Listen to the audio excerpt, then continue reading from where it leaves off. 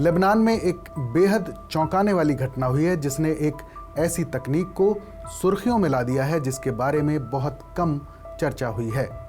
17 सितंबर 2024 दिन मंगलवार मामला कुछ यूं हुआ कि हिजबुल्लाह के सदस्यों और डॉक्टरों की जेबों में रखे सैकड़ों पेजर एक साथ फट गए, जिससे कम से कम 9 लोगों की मौत हो गई और तकरीबन 3000 लोग घायल हो गए।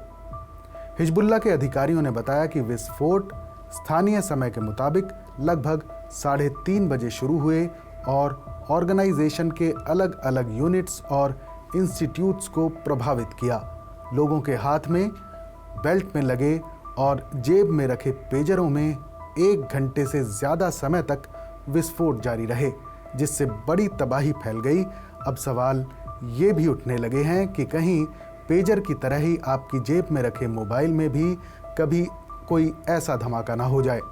पेजर एक छोटा सा संचार उपकरण है जो 1990 के दशक में काफ़ी इस्तेमाल किया जाता था और आज भी इसका इस्तेमाल होता है, खासकर उन इलाकों में जहां सुरक्षित संचार अहम है।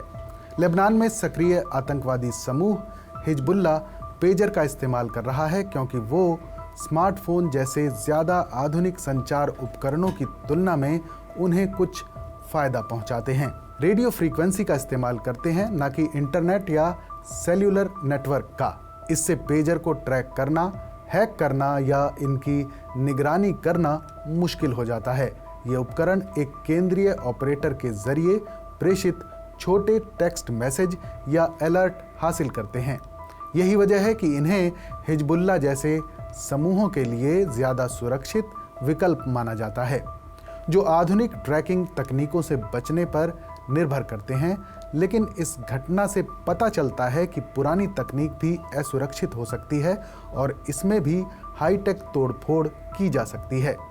हिजबुल्लाह पेजर का इस्तेमाल इसलिए करता है क्योंकि वो इसे सुरक्षित मानता है। आधुनिक स्मार्टफोन के उलट पेजर फिजिकल हार्डवेयर और बेसिक टेक्नोलॉजी पर निर्भर करता है, जिससे इसे ट्रैक करना और मॉनिटर करना मुश्किल हो जाता है। ये हिजबुल्लाह जैसे ग्रुप के लिए ख़ास तौर से बेहद अहम है, जो मोबिलिटी और सिक्योरिटी दोनों को प्राथमिकता देता है। हिजबुल्लाह लीडर हसन नसरल्लाह ने पहले ही अपने मेंबर्स को चेतावनी दी थी कि वो सेलफोन का इस्तेमाल ना करें, क्योंकि इजराइल उन पर नज़र रख सकता है।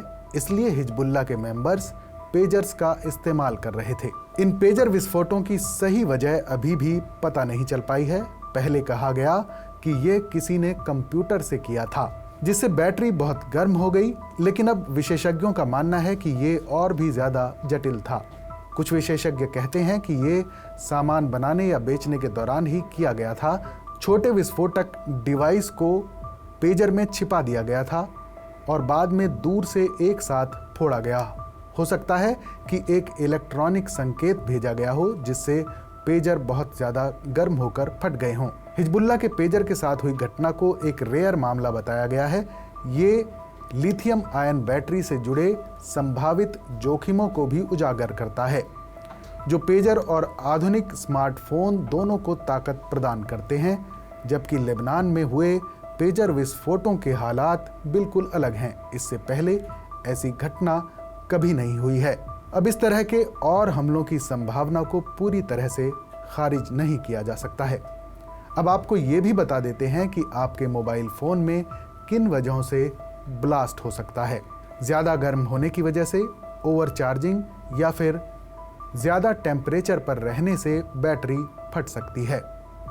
बनने में हुई कोई गलती, मोबाइल की मैन्युफैक्चरिंग में हुई किसी गलती से बैटरी ब्लास्ट हो सकती है। डैमेज होने की वजह से, अगर आपके फ़ोन की बॉडी डैमेज है तो ये ब्लास्ट की वजह बन सकती है। और अब आपको बताते हैं कि किन तरीकों से मोबाइल फ़ोन में ब्लास्ट होने से बचाया जा सकता है। ऑफिशियल चार्जर का इस्तेमाल करें, यानी कंपनी के बने ही चार्जर का इस्तेमाल करें।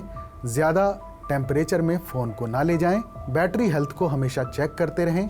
अगर बैटरी जल्दी ख़त्म हो रही है या गर्म हो रही है तो उसको फ़ौरन बदल दें।